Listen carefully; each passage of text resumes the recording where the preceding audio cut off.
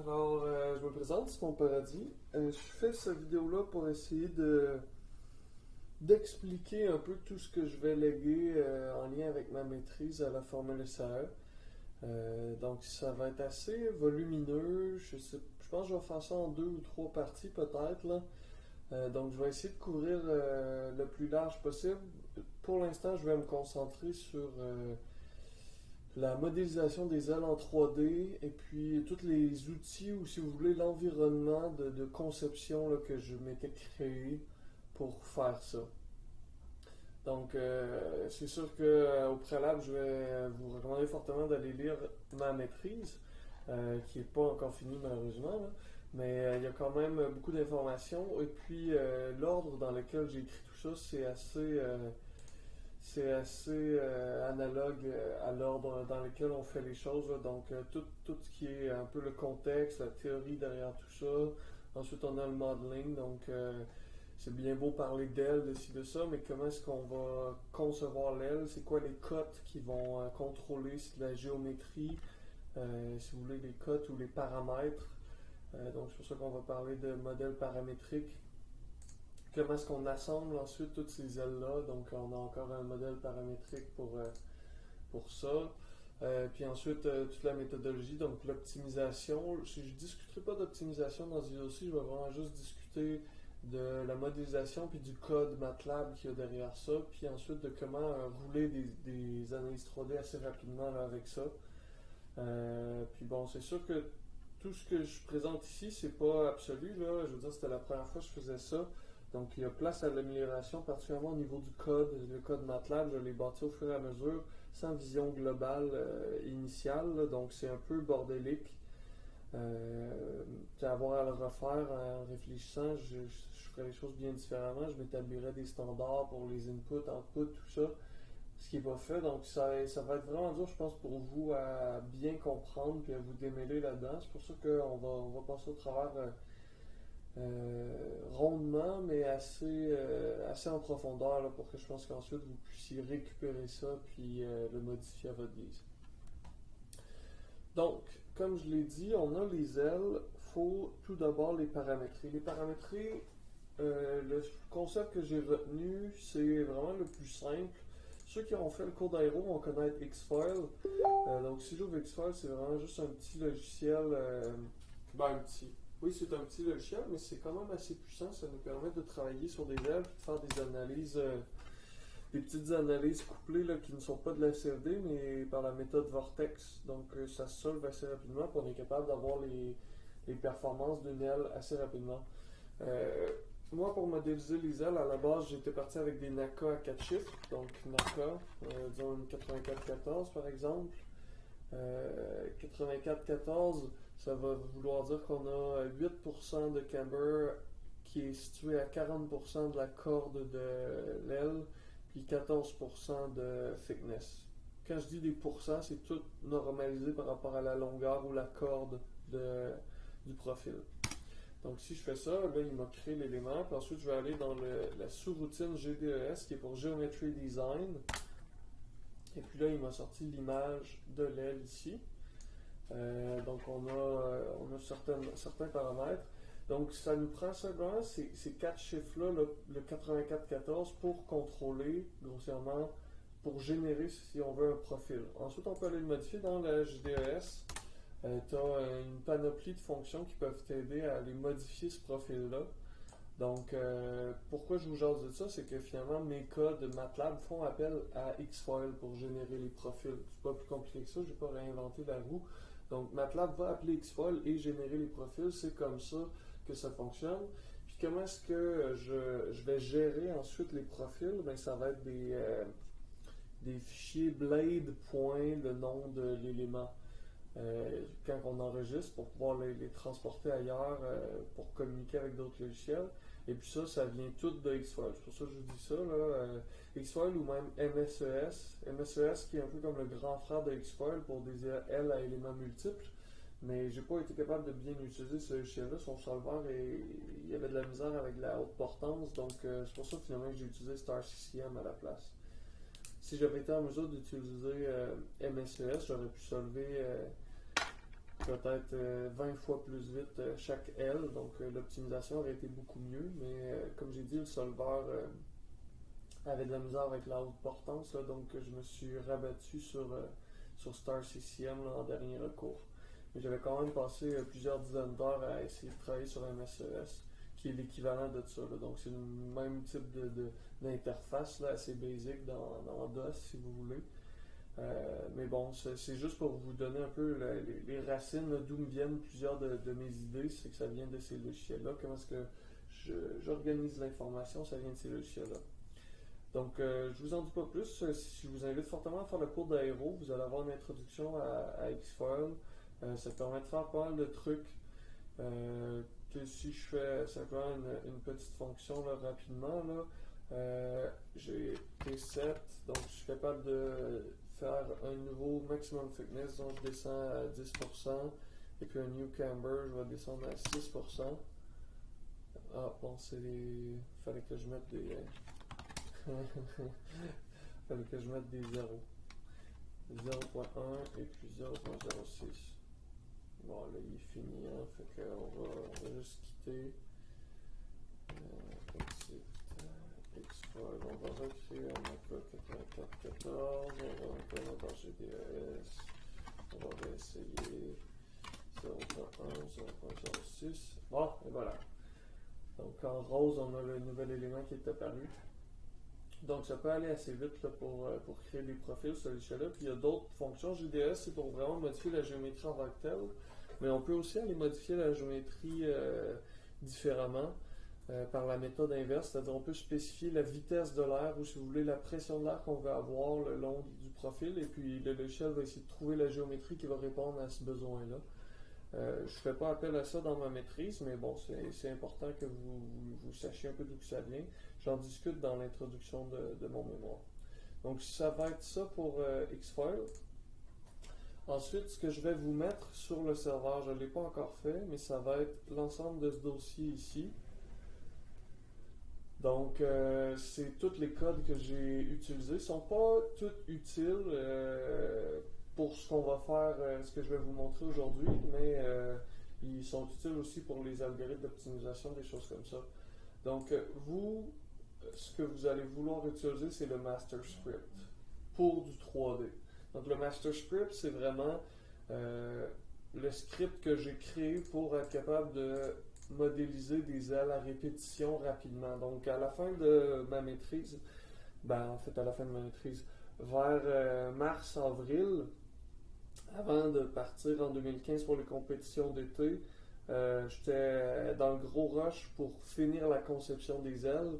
Donc, j'ai pas eu le temps d'implanter, si vous voulez, un algorithme d'optimisation automatique en 3 dimensions. À la base, l'idée, c'était que j'optimise le design en 2 dimensions, puis ensuite je passe en 3 dimensions, et puis je l'optimise encore avec un algorithme d'optimisation. Malheureusement, en 3 dimensions, j'étais rendu à peu près à 74 variables, je pense, donc c'était excessivement complexe à optimiser. Donc, ça aurait pris des dizaines de milliers d'itérations. Chaque itération en 3D prend à peu près 8 heures à solver sur mon ordi, 8 heures aussi sur Colosse si j'utilise un nœud de calcul. Quoique sur Colosse, je pouvais souvent lancer 8 à 12 simulations en même temps. Mais ça laisse quand même, disons, plusieurs mois de calcul là, si on veut faire une optimisation digne de ça. Donc, à la place, je suis allé à la main, j'ai fait de l'optimisation manuelle. Puis c'est là que j'avais besoin d'un environnement pour pouvoir modifier et créer des ailes rapidement, les lancer ensuite dans Star CCM pour l'évaluer, puis rapatrier les résultats puis les comparer rapidement. Donc c'est un peu tout cet environnement-là là, qu'on va couvrir aujourd'hui. Donc le master script que vous avez ici à droite fonctionne de 2 manières différentes. Ce qu'on voit ici, parlant des ailes en mode création, donc ça c'est pour créer des ailes directement, vous allez spécifier les variables que vous voulez avoir. Pour le détail de comment chaque aile est modélisée, si vous voulez, il va y avoir plus de détails dans mon mémoire, dans la section 2, Modeling, mais je vais quand même y aller rapidement. Là. Donc, l'idée, grossièrement, ID 0 c'est un profil NACA, une ID -1 c'est qu'il n'y a aucun profil, donc on peut seulement mettre ça pour le 4e élément. Donc ça c'est l'élément 1, 2, 3, 4 de l'aile avant. Ça, c'est l'élément 1, 2, 3, 4 de l'aile arrière. Puis ensuite, on a la cambrure. La distance de la cambrure, c'est toujours normalisé, donc ça va être 37% de l'épaisseur, puis la distance de l'épaisseur max. X count, c'est ça, c'est la distance le long de la corde où la cambrure maximale survient, est située si on veut. Même chose pour l'épaisseur, donc c'est la distance le long de la corde d'un élément où l'épaisseur maximale est située. Donc on peut modifier toutes ces affaires-là. Une fois que tous les paramètres sont spécifiés, si on est en mode création, le mode création est contrôlé ici à la ligne 33. Donc là en ce moment je suis en mode modification, mais je pourrais me mettre en mode création et puis lancer le script. Et puis là il va faire appel à Xfol pour créer les ailes. Et puis il va utiliser tous les paramètres qu'on a spécifiés, puis il va vous sortir l'aile que vous avez demandé.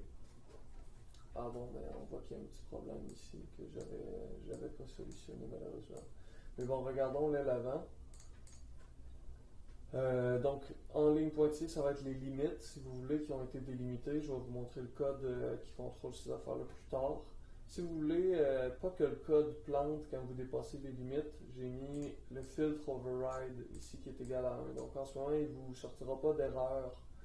Il ne plantera pas, donc quand votre design ne respecte pas les limites que moi j'avais prescrites. Ça vous donne une idée. Une fois que tout est sorti, on clique Enter, et puis là, le code va nous demander si on veut enregistrer. Pour l'instant, je vais faire non. Donc, pour les éléments, c'est toujours le premier est ici, deuxième, troisième et quatrième. En arrière, c'est la même chose. Et puis ensuite, voilà, je vais passer au travers du code avec vous tranquillement. Ce qui va être difficile aussi pour faire fonctionner ce code-là sur vos ordinateurs, c'est qu'il y a plusieurs endroits où est-ce que je fais référence à des folders qui ne sont pas toujours en relatif. Donc comme ce folder-là, c'est D, maîtrise, blablabla, c'est en absolu, ce chemin-là, vers ce folder-là. Vous allez devoir le changer parce que probablement que ce folder-là n'existera pas. Peut-être que vous n'avez pas de deuxième disque dur qui s'appelle D. Donc il va falloir faire attention au début pour changer tous ces chemins d'accès-là pour que ça fonctionne bien. Bon, ok, retournons dans le reste du code. Ici, c'est ça, c'est pour la création. Donc, tous les paramètres, c'est assez détaillé, ça, je vous laisse y aller. Ensuite, en mode modification, le mode modification, je l'ai fait parce que quand je faisais de l'optimisation manuelle, ben, je partais d'un design, puis là, je faisais quelques modifications. Donc, je modifiais un paramètre, ça faisait un nouveau design. Je modifiais un autre paramètre, ça faisait un autre nouveau design. Fait que souvent, je partais d'un premier design, je faisais 8 branches, si on veut. Puis là, je simulais ces 8-là, je trouvais le meilleur, donc je gardais les changements qui apportaient qui faisaient quelque chose de positif, donc qui augmentait mon lift, diminuait mon drag, des choses comme ça. Et puis ensuite de ce nouveau design-là, ben, je faisais 8 nouvelles branches, donc 8 modifications indépendantes si on veut. Et puis j'itérais comme ça, donc j'ai fait 200 ou 300, je pense, simulations 3D là. De cette manière-là, ce qui était très fastidieux à la main, là, mais bon, sans ce code-là, j'y aurais jamais arrivé. Donc, la référence, ça va être ceux-là que vous allez vouloir modifier. Comment est-ce que ça fonctionne, les références? C'est que mon code va toujours sauvegarder si vous voulez, des fichiers de sauvegarde brut des ailes dans un dossier qui s'appelle répertoire L MSES. MSES parce que la manière que je classe l'information dedans, les fichiers comme ça, l'information, si on va regarder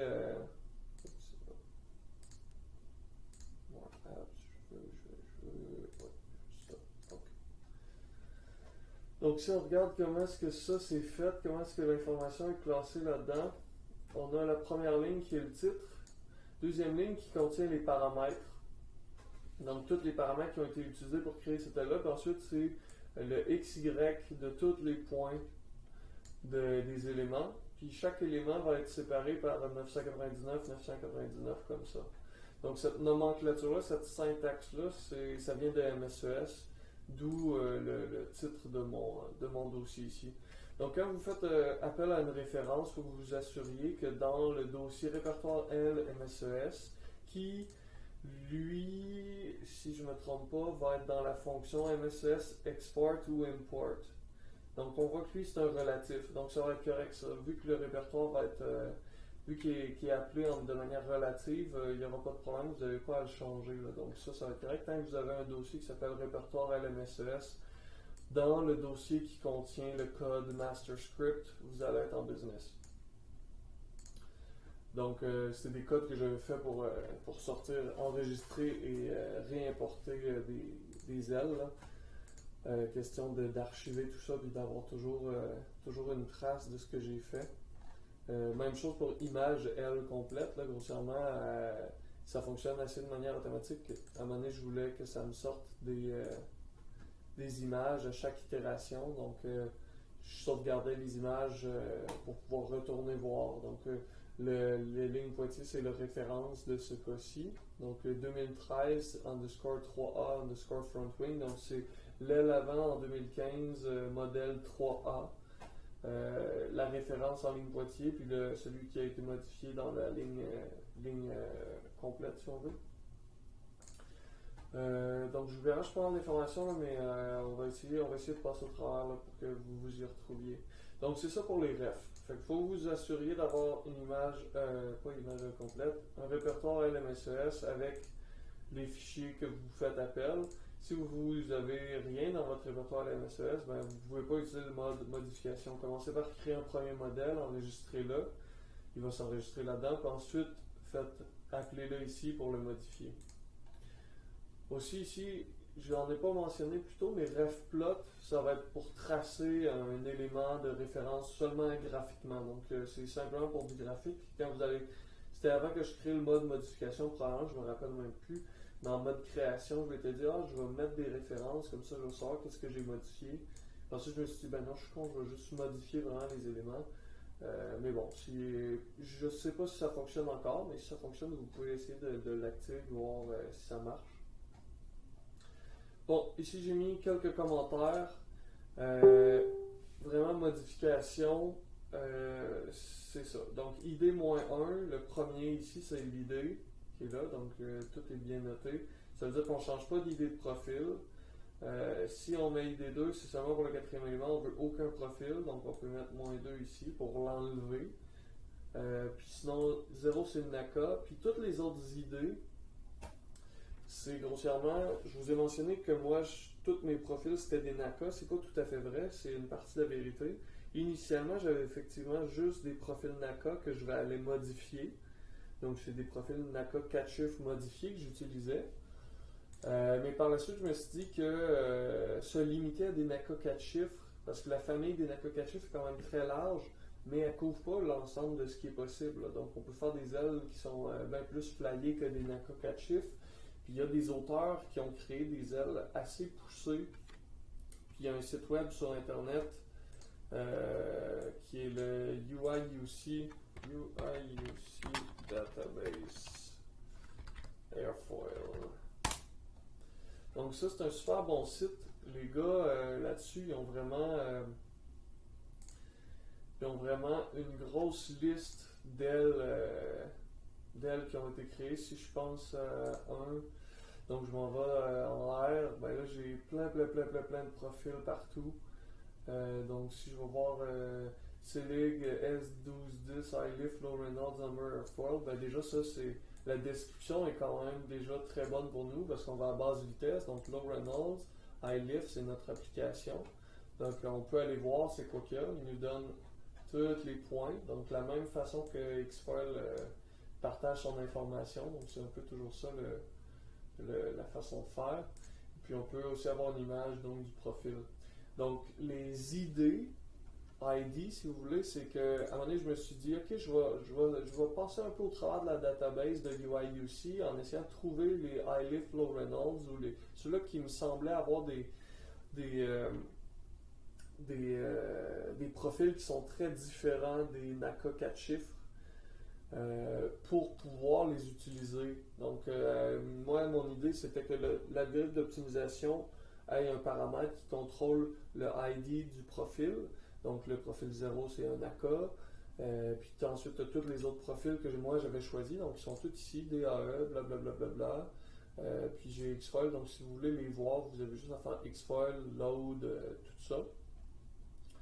Puis, c'est ça, ces profils-là, je les avais choisis parce qu'ils étaient différents des NACA, puis je pensais qu'ils allaient peut-être m'aider à avoir quelque chose. Finalement, j'en ai utilisé, je pense, de ces profils-là, mais dans l'algorithme d'optimisation, ça ne marchait pas super bien.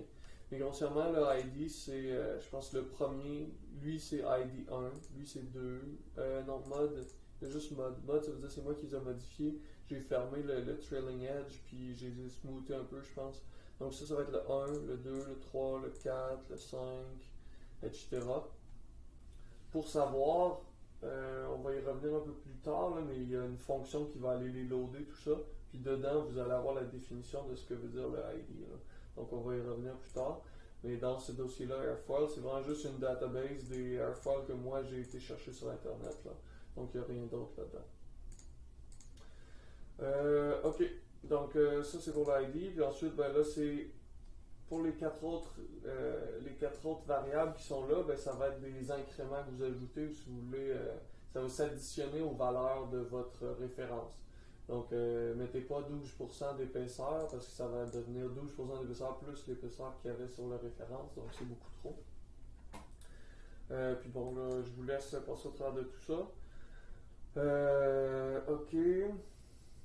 Ensuite, le code commence. Ici, tout ce code-là, on est encore dans la section paramètres design, mode modification. Tout ce code-là, ce qu'il va faire, c'est qu'il va aller chercher les profils de référence, il va aller chercher leurs paramètres, puis il va additionner les modifications que vous avez mis là-dedans aux paramètres de votre référence. Puis ensuite, il va vous exporter ça, il va tout vous afficher pour que vous voyez ça ressemble à quoi les valeurs absolues du nouveau, de la nouvelle L que vous êtes en train de créer. Donc, vous pouvez tenter de comprendre tout ça, mais ça fonctionne pour l'instant, donc peut-être pas besoin de toucher à ça pour le moment. Puis ensuite, on arrive dans la construction. Donc maintenant que vous ayez fonctionné en mode création ou en mode modification, à la fin au début de cette ligne-là, ce que vous avez, c'est la valeur absolue de tous les paramètres pour les éléments 1, 2, 3, 4 de l'aile avant et de l'aile arrière. Ça fait un total de, je pense, 74 variables. Je ne me rappelle plus exactement, là, mais c'est ça. Ça fait beaucoup de variables à contrôler, mais c'est un peu toujours la même chose, là, donc c'est pas si compliqué que ça. Puis ensuite, ben là, on va aller créer l'aile avant. Donc là, on va créer l'aile selon si c'est un AK à 4 chiffres ou un airfoil. Donc la fonction airfoil est ici. Donc si je m'en vais la chercher, la fonction, on va pouvoir voir. Je me demande si j'ai mis... comment que j'ai fonctionné là-dedans? Blablabla. C'était blablabla. Ok. Le ID.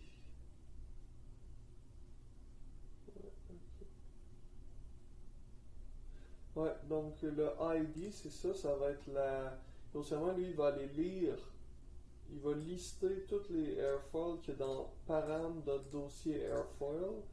Puis dossier airfoil, ici, si vous ne le spécifiez pas, par défaut, j'ai mis le airfoil en relatif. Donc, il va utiliser ça ici. Si vous spécifiez dans param qui est une structure, vous allez la retrouver partout dans mon code param, ok? Même dans le master script, au début, vous l'avez probablement remarqué, param, x, blablabla, param. Donc, si vous n'êtes pas familier avec ce genre de choses-là, c'est une structure, donc vous pouvez voir ça un peu comme un vecteur de données, mais chaque emplacement des données porte un nom. Donc, param.x avant, ben c'est une case, si vous voulez, ou c'est une variable qui a cette valeur-là. Donc, c'est comme ça que ça fonctionne, les structures de données. Pour pouvoir utiliser ça dans MATLAB, ça vous prend MATLAB 2015 minimum. Essayez pas d'utiliser ce code-là avant, avec une version précédente de MATLAB. Les objets comme ça, ou les structures de données, si vous voulez, là, tout dépendant de quel jargon vous utilisez, ne sont pas encore implantés en 2014 dans MATLAB. Donc c'est ça. Puis j'utilise Param finalement parce que c'est comme ça que je contrôle les paramètres de tout mon script, de toutes mes fonctions. Puis je définis ça à un endroit, puis je l'envoie dans chacune de mes fonctions. Comme ça, je suis capable de contrôler from the top to the bottom, si vous voulez. Bon, ok, c'est ça, ça fait le tour. Non, c'est pas filtre que je voulais, c'était airfoil. Donc c'est ça, airfoil, ce qu'il va faire, c'est qu'il va lister toutes les airfoils tous les fichiers qu'il y a là-dedans. Il va prendre seulement les modes, si je me trompe pas, ceux-là qui ont un mode à la fin. Ouais, c'est ça. Faut qu'il y ait mode.date dans le nom. Puis ensuite, il va prendre ça dans l'ordre en ordre pas chronologique, mais en ordre alphabétique, là, ou en ordre dans lequel ils apparaissent dans le dossier. Puis c'est ça, puis ensuite il va vous le retourner, blablabla. Bon, là, je passerai pas au travers de tout le reste, là, je vous invite à aller voir tout ça si vous voulez plus de détails. Puis bon, continuons. Là, le code va créer les ailes, vous les affichez, tout ça. Il va falloir que je débug l'aile arrière, là, comme on a vu tantôt, il y avait juste le quatrième élément qui était mal référencé. Mais si je ne me trompe pas, c'est seulement en mode création que ça fait ça, pas en mode modification. Parce qu'en mode création, j'avais fait ça initialement, puis ensuite j'ai toujours utilisé le mode modification. Fait que lui, il y a peut-être des bugs dedans encore. Puis ensuite, ce qui est intéressant, une fois que les deux ailes ont été construites puis tout est affiché, c'est l'enregistrement. Donc il y a vraiment, j'avais écrit beaucoup de stock pour vraiment enregistrer au complet toutes les données de l'aile. Donc quand on fait enregistrement, on lui donne un nom. Puis ensuite, il va aller enregistrer le blade.blablabla. Il va enregistrer la version de l'aile sans gurney flap et la version avec les gurney flap. Puis il va enregistrer le front wing et le rear wing indépendamment. Parce que c'est comme ça que ça fonctionne. Donc si vous allez voir si vous regardez ici, ben, il y a toutes celles-là que moi j'ai fait. Puis si je me trompe pas, automatiquement aussi, il enregistre l'image des ailes. Donc ici, je devrais avoir une couple. Ouais, c'est ça. Donc j'ai les images de toutes mes ailes. Puis dans images, j'ai aussi fait enregistrer un point mat. Donc le point mat, il va contenir tous les paramètres P arrière puis P avant, si je me trompe pas. C'est ça qui contient? Attendez un petit peu, il faut que je vérifie. Ça fait tellement longtemps que j'ai touché à ça, c'est hallucinant. Définition, folder L, answer, définition. On va juste définition. Ah, c'est une structure. Ok, donc dans définition, je vais avoir les variables que vous avez spécifiées, les paramètres avant, paramètres, ok, ça c'est les paramètres d'assemblage de l'aile avant, les paramètres d'assemblage de l'aile arrière. Puis ensuite, bon, le reste, vous irez voir c'est quoi, là. Il y a toutes les données finalement que vous entrez sont stockées là-dedans pour archivage si vous voulez. Donc, c'est ça peut paraître un peu bordélique, là. C'est quand même pas si mal, mais bon, comme j'ai dit, j'avais pas de vision d'ensemble quand j'ai commencé à faire ça, fait que j'ai construit les choses au fur et à mesure que j'en avais besoin, fait que c'est pas très cohérent, mais bon, c'est fonctionnel, c'est ce qu'il faut se dire. Donc, je pense que je ferai pas plus le tour de ça pour ce soir. Je pense que j'ai déjà passé assez longtemps. Je ferai une autre vidéo peut-être pour aller en profondeur dans les codes spécifiques si vous avez des questions. On va simplement faire un exemple. On va passer tout de suite à transfert à StarCCM. Donc là, je suis bien en mode création, mode 2. J'ai mes références, l'aile avant 2015-99, qui était ma dernière itération, si je ne me trompe pas, donc celle-là qui est sur le char. Si je fais Run, là vous voyez que j'ai fait aucune modification finalement à l'aile, qui va juste me faire l'aile 99 telle quelle, donc il n'y a aucune modification. Comme on le voit sur les images, effectivement, les lignes pleines suivent les lignes pointillées, donc il n'y a rien qui a changé. Puis là, bon, comme j'ai dit, en mode modification, mais le quatrième élément arrière se place à la bonne place. Puis il n'y a pas de quatrième élément en avant. Donc c'est ça que ça nous donne. Ça, on aime ça. On vient ici, on fait Enter, il est en pause finalement. Moi, j'ai mis une pause avant d'enregistrer pour que vous puissiez regarder les images puis vous faire une idée. Puis finalement, vous allez enregistrer. Moi, on enregistre, oui. Puis là, je vais le nommer 2015 99B, bon, disons que je vais nommer ça, je vais nommer 100. Tiens. 2015 100, puis underscore test. Je fais OK. Commentaire, tu peux mettre un commentaire, c'est dans la définition que j'ai montré tantôt, là, dans la structure ici, il y avait comment en haut, je pense que c'est ça, là, donc le commentaire vous mettez là, comme si par exemple vous voulez dire modifier cambrure avant 1, virgule avant 3, plus allonger arrière 1, tiens. Ouais, vous pouvez mettre de l'information comme ça. Souvent, en fait, moi, ce que je faisais, au lieu d'utiliser les commentaires, j'avais mis la fonction pour les commentaires ici, mais je fonctionnais beaucoup plus avec mon suivi 3D XLSX. Donc, là-dedans, ce que j'avais, c'était à droite ici, une description de tous les modèles que j'ai fait avec les modifications. Puis ensuite, les performances qu'on a obtenues. Puis ensuite, j'ai tracé des graphes selon les itérations. Donc, j'ai fait 200 itérations, pas 300 finalement, 200 et quelques itérations. Donc, c'est là-dedans que je regardais toutes les performances, puis je faisais le suivi, si vous voulez, de mon optimisation manuelle. Là. Je pourrais vous mettre ce fichier-là aussi sur le serveur, lorsque j'aurai accès au serveur. Donc là, j'ai fait sauvegarder. Attends un petit peu, il faut que je trouve le... Ouais. Faisons OK pour ça. Il est encore busy. OK, donc là, il a fini d'enregistrer. J'aurais peut-être dû lui faire écrire où est-ce qu'il enregistre. Mais bon, grossièrement, en ce moment, où est-ce qu'il enregistre, c'est ici, folder CFD.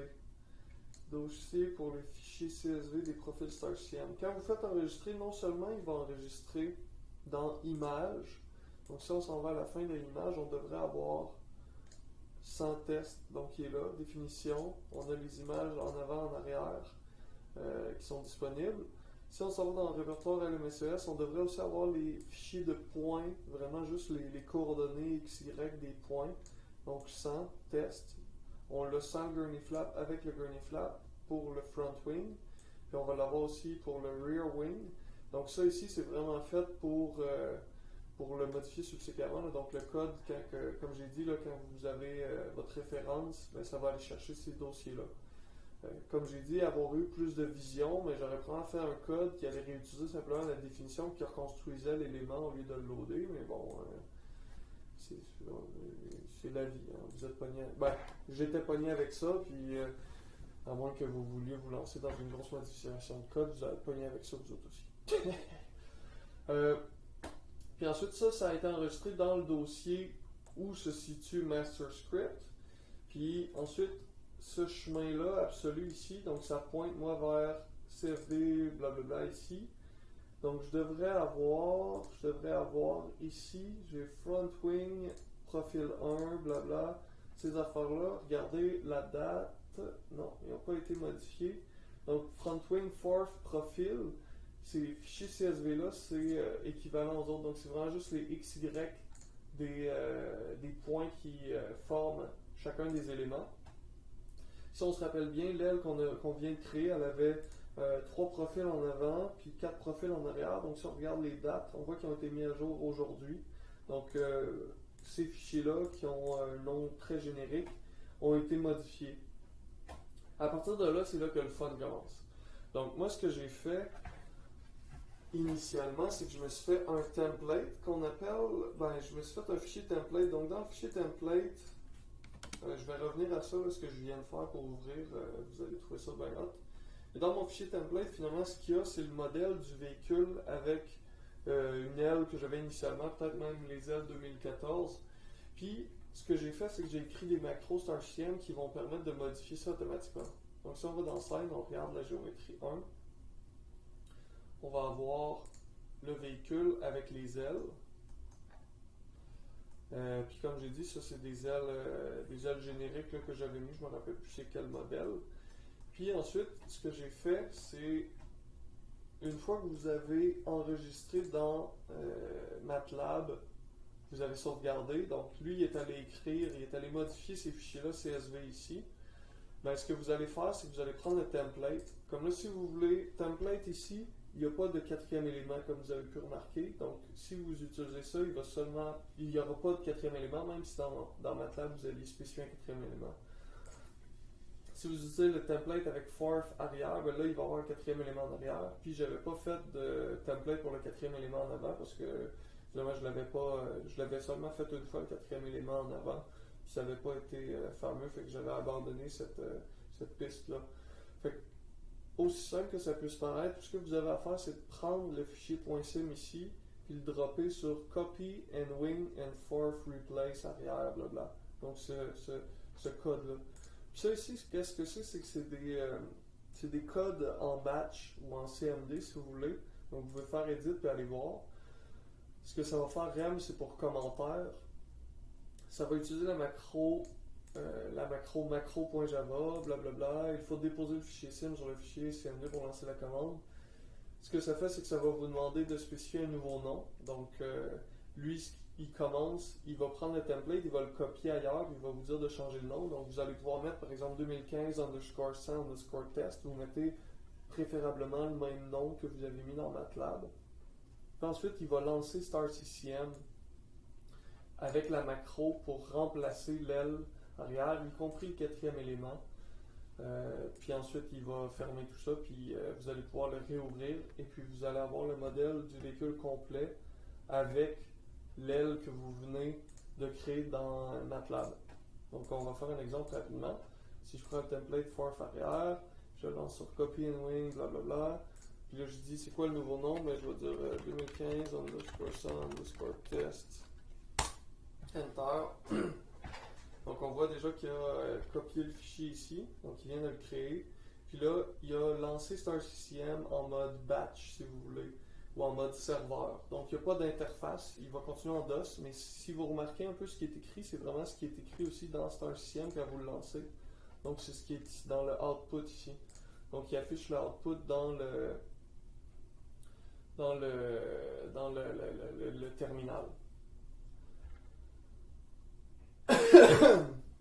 Donc, on va attendre que ça finisse.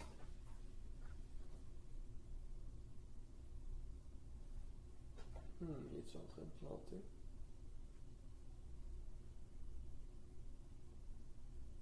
Je suis pas sûr que ça a fonctionné. Si ensuite on drop sur Open, on dit un quart de calcul.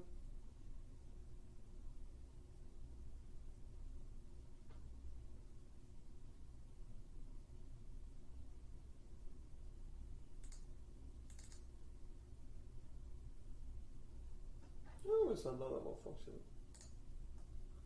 Donc et voilà, vous avez la géométrie que vous avez fait.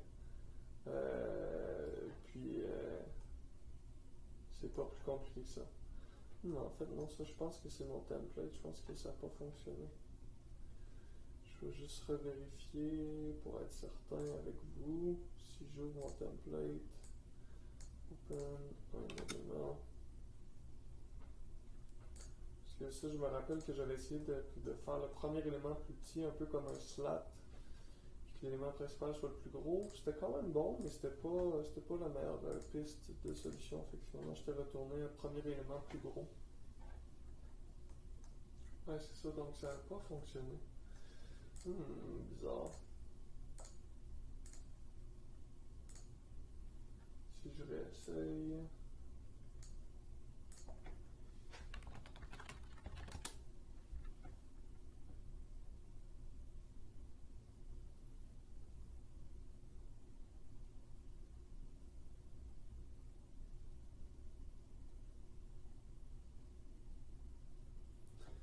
Note, use unchecked or unsafe operations.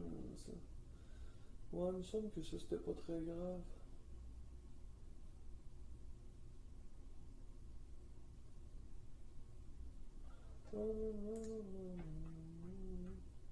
Non, ça devrait ressembler à ça. En tout cas, si ça marche pas, il va falloir que je vous le débug, hein.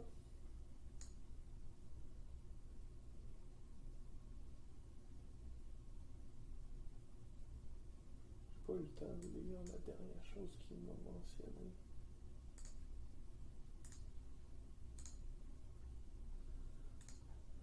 testing. Voyons voir ce que ça a donné.